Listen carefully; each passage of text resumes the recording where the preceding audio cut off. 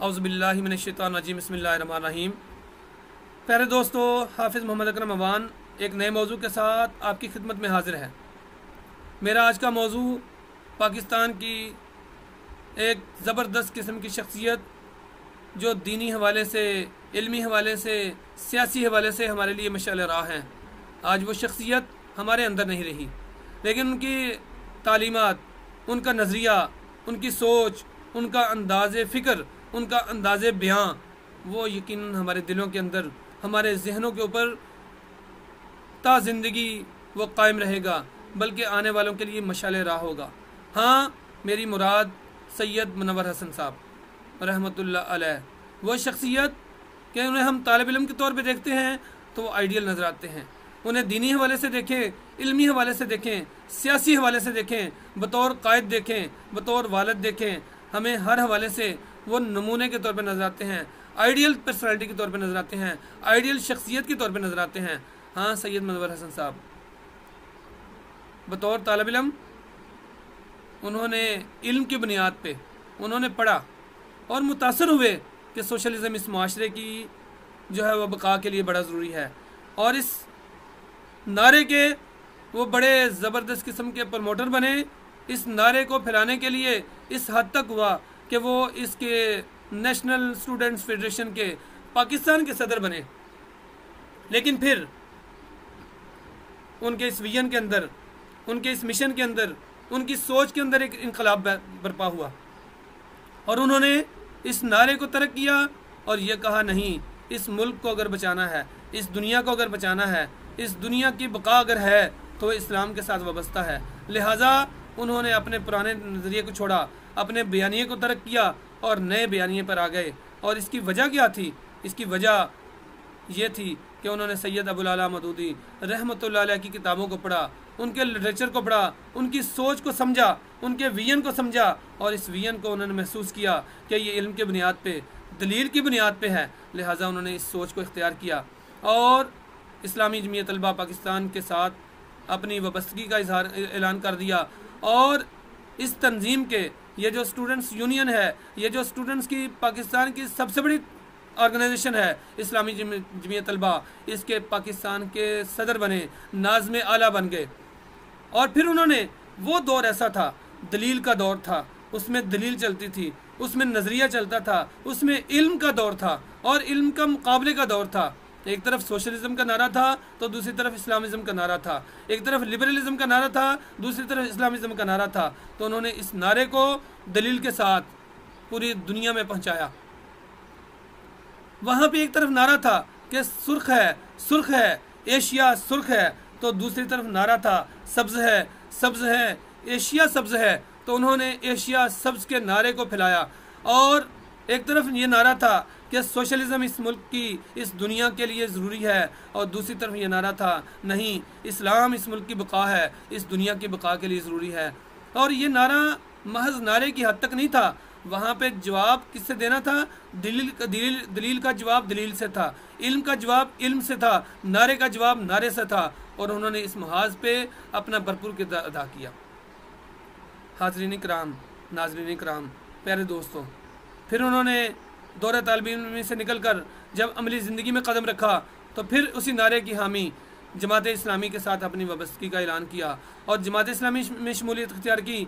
और इस हद तक हुआ कि उनकी कायदाना सलाहियतें, उनके अंदर जो लीडरशिप है, उसको देखते हुए जमात इस्लामी पाकिस्तान के वो चौथे अमीर मुंतखब हुए।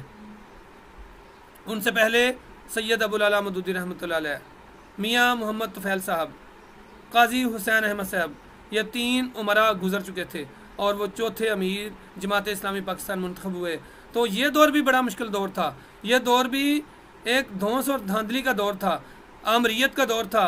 एक तरफ आमरीत ने अपने पंजे गाड़े हुए थे तो दूसरी तरफ एक नारा चल रहा था, एक बयानिया था पाकिस्तान के अंदर कि पाकिस्तान की बका अमेरिका से वाबस्ता है, पाकिस्तान की बका सबसे पहले पाकिस्तान का नारा लगा हुआ था।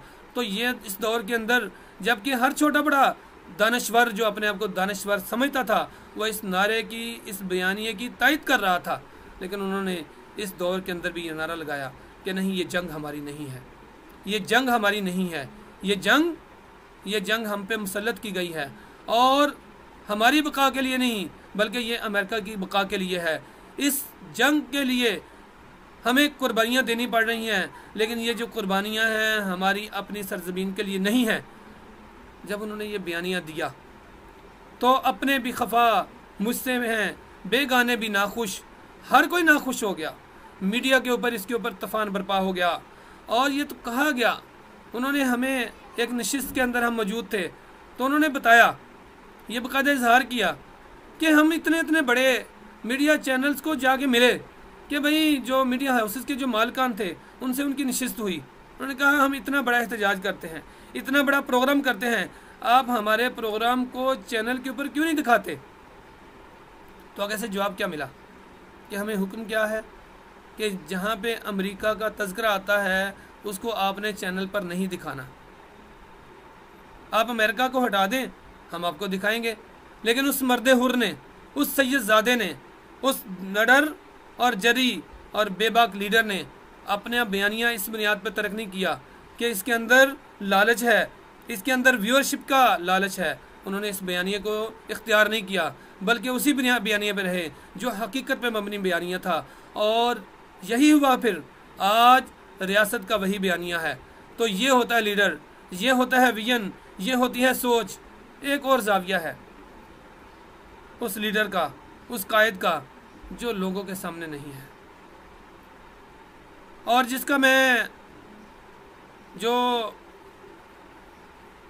मैंने सुना है और जिसका मैं इतराफ़ भी करता हूँ, उसका मोतरफ भी हूँ।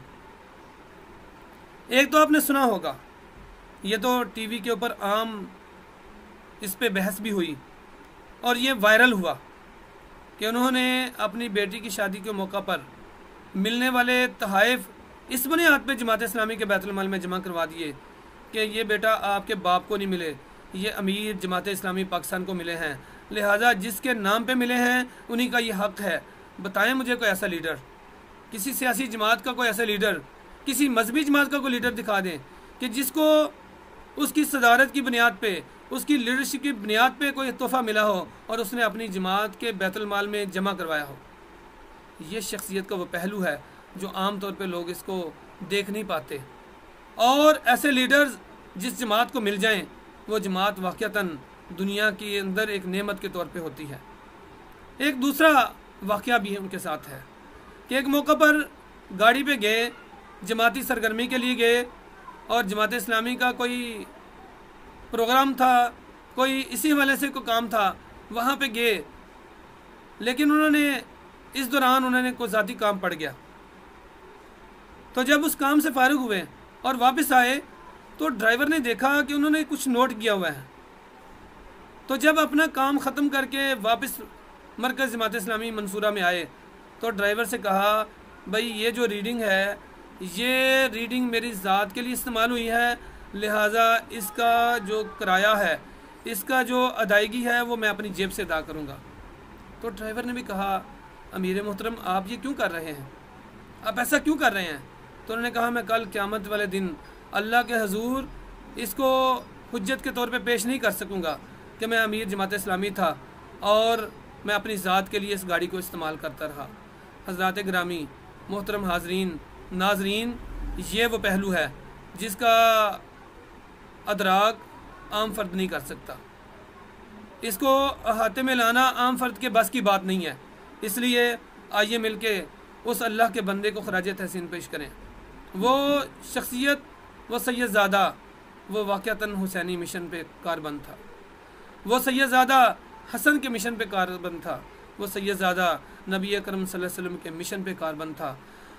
इसलिए मुझे यकीन है कि अल्लाह रब्बुल आलमीन के उस फरमान के मुताबिक उनका इस्तकबाल फ़रिश्तों ने किया होगा कि या अय्यतुहन नफ्सुल मुतमइन्ना इरजिई इला रब्बिक राज़ियतम मर्ज़िया फ़दख़ुली फ़ी इबादी वदख़ुली जन्नती। हमें यकीन है कि वो शख्सियत, वो उन्होंने अपनी ज़िंदगी अल्लाह के लिए, अल्लाह के रसूल सल्लल्लाहु अलैहि वसल्लम की सुन्नत के लिए और इस्लाम के लिए अपनी ज़िंदगी बसर की है। यकीनन उनका इस्तकबाल फ़रिश्तों ने सलाम के साथ किया होगा। अल्लाह से दुआ करते हैं अल्लाह ताला उनके आमाल हसना को कबूल फरमाए और उनके अमाल सैयद से दरगुजर फरमाए। बहसीयत इंसान उनसे जो कमियाँ कोताहियाँ हुई हैं अल्लाह उन्हें माफ़ फरमाए, और हमें उनके इस मिशन के ऊपर इखलास के साथ, इखलास नीयत के साथ, हुस्न अमल के साथ इस मिशन को जारी रखने की तौफीक अता फरमाए। बहुत शुक्रिया, जज़ाकल्लाह।